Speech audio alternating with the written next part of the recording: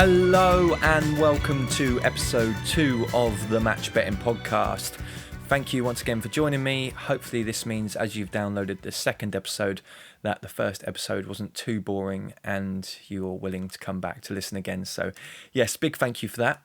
So today's episode, I want to go through the 5 things that I think you should do when you start off match betting. There's obviously a lot of things you should know when you start match betting, but I think these 5 things I'm going to go through are quite key to having the best chance of success and really starting off on the best foot. So yeah, we're going to go through the 5 things and let's get started. Okay, so number 1 on the list of 5 things to do when you start match betting is set up a separate bank account that is solely dedicated to match betting. Now, the reason for doing this is it makes it so much easier to stay on top of your money and to know where your money is and how much money you have at any given time. Obviously, if you're using the same bank that you use for your day-to-day spending, you've got food money coming out, you've got shopping money, you've got petrol money, you've got all these things, all the bills you pay. If you have a separate bank account that is solely dedicated to match betting, then you know that all the ins and outs coming from that bank account are only for match betting. So you've got money going in and coming out of bookmakers, you've got money coming in and going out of exchanges, and you know that everything in that account is for your match betting. Now, what I did when I started is I set myself a bank. So I started off with a certain amount and I used that money for match betting, and that was my 0 points. So basically I knew everything above that was profit, and if the account dropped below that, which it did at the start when I was putting money into bookmakers and exchanges, then I knew that money below was tied up in bookmakers or exchanges. It wasn't like money I'd lost, it was just money that I was using for my match betting.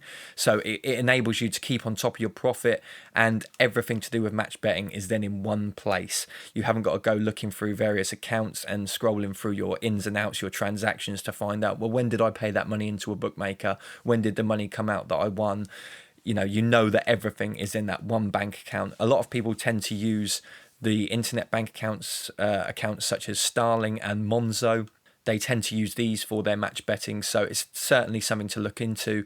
And yeah, I'd say it's probably the first thing you should do when you start match betting is set up a separate bank account solely dedicated to match betting. 2. Okay, so number 2 on the list of 5 things to do when you start match betting is to set up a separate email address that is dedicated to match betting. Now, this is pretty similar to number 1 with a bank account.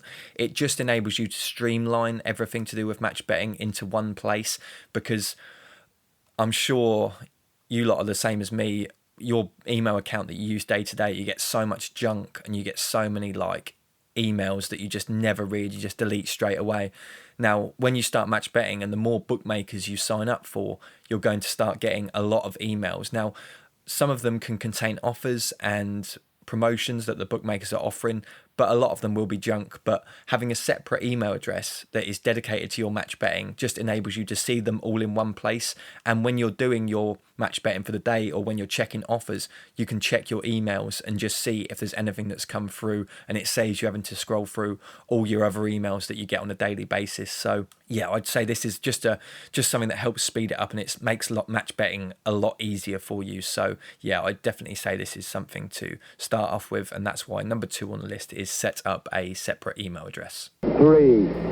Okay, so moving on to number 3 on the list, and this is quite different to the first 2, because the first 2 are basically setting things up. So it's the bank account and the email address, and these are things you can actually do before you even know how to start match betting. But number 3 on the list is very important, and it is pay for a premium service.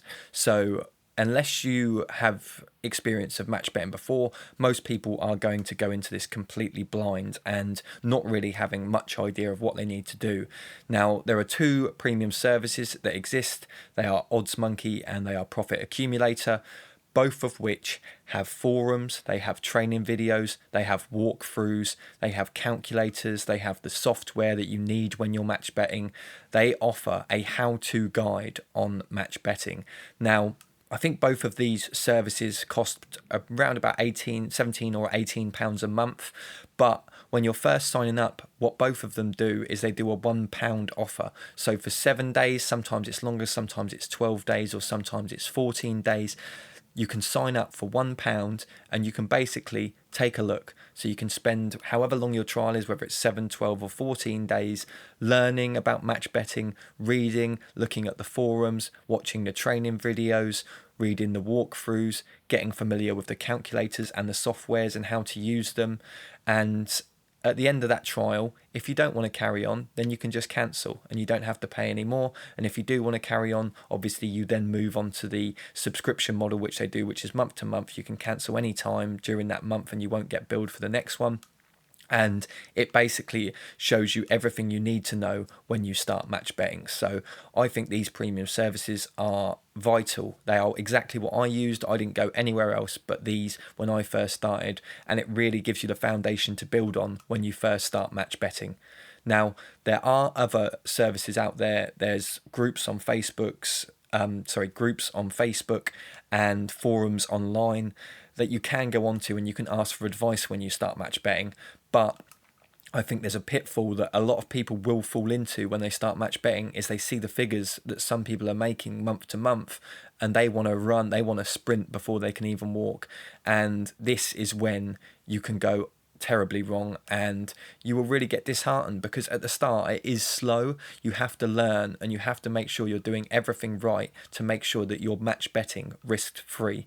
Now, I've lost track of the amount of people I see on forums getting things wrong and asking how much money they can make in a certain amount of time. Now, this isn't the way to start match betting. The way to start is by reading up on it, by watching the videos and reading through the walkthroughs and getting familiar with the software and exactly how to do it. And I think there's no better way than doing this than by using one of the premium services. And like I said, you can get a £1 trial to start off with, and then you can get familiar and see if this is something you want to pursue.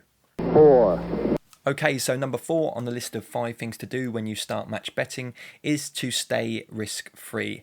Now, this is something that I really don't want to talk too long about because it's pretty simple, and that is, do not risk your money at the start when you are not confident with your match betting. Now, when you start, you should be doing mainly bet and get offers with bookmakers, which means you bet with the bookmaker and you get a free bet with that same bookmaker. Now, these offers offer us guaranteed profit. There are aspects of match betting and different offers that you can complete that do not offer guaranteed profit. They offer a estimated value. Now, that's something obviously you can go into in the future, and it's not really something worth learning about too much at the start because you want to stick to the principles and then build on them. So I'd advise to stay away from them. There's also casino offers. Again, stay away from them. If you don't know your basic match betting and you're not experienced, then stay away from the offers that could end up costing you your money, and stick to the sign-up offers which guarantee you profit. Simple as that. 5. Okay, so finally, number 5 on the list of 5 things to do when you start match betting, and that is to simply do your research and know what you are doing.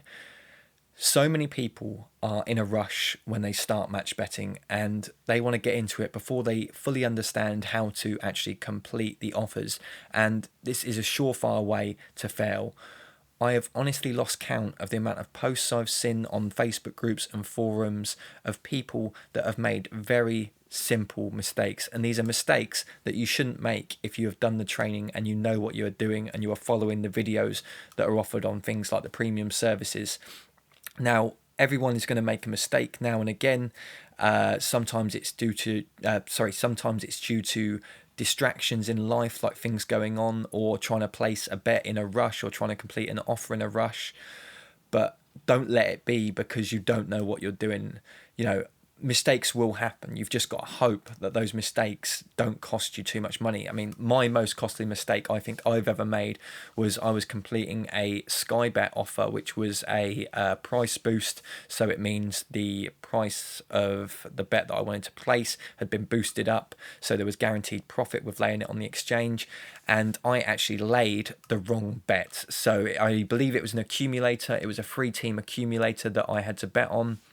And I know one of the teams was Man City, and basically I laid a different accumulator. I think it was two of the same teams, but the third team was different, and I did it in a rush, and it ended up costing me £150. Now, luckily, that happened to me when I was at the point where I was sort of in 4-figure profit. So £150, although it hurt, it didn't hurt me too much. If you make a mistake like that at the start when you've got a limited bank, say you've got a £200 bank and you made a mistake like that costs you £150, it is not a good mistake to make, because it is going to knock you back. And a lot of the time, people that start and they don't learn properly and they make these mistakes at the start, they end up quitting because they think that match betting doesn't work. Well, it does work. You just have to know what you are doing. And like I said, do your research. Make sure you're fully confident before you start. There is no rush. Just go at your own pace. Learn the basics. Learn how to complete the offers, and you will enjoy match betting and you will be profitable. Okay, so that completes the list of 5 things to do when you start match betting. I hope you've found some sort of value out of it today, and I hope you've enjoyed the podcast. Hopefully next time you hear from me, I will have an interview ready for you and ready for you to listen to. I'm in talks with a couple of people at the moment about appearing on the podcast. It seems like a few people are quite worried about talking about it. I don't know why, but I'm hopefully going to convince people to come on. If anyone actually wants to appear on the podcast that is listening, I would love to talk to you. You can get at me on Instagram. I am at Side or Die, or you can email me on my Gmail account, which is matchedbettingpodcast@gmail.com. That would be great. If you could subscribe, that would be even better. And if you could rate us, then that would just be perfect. So until next time, when I'm hopefully joining you with an interview, have a great day.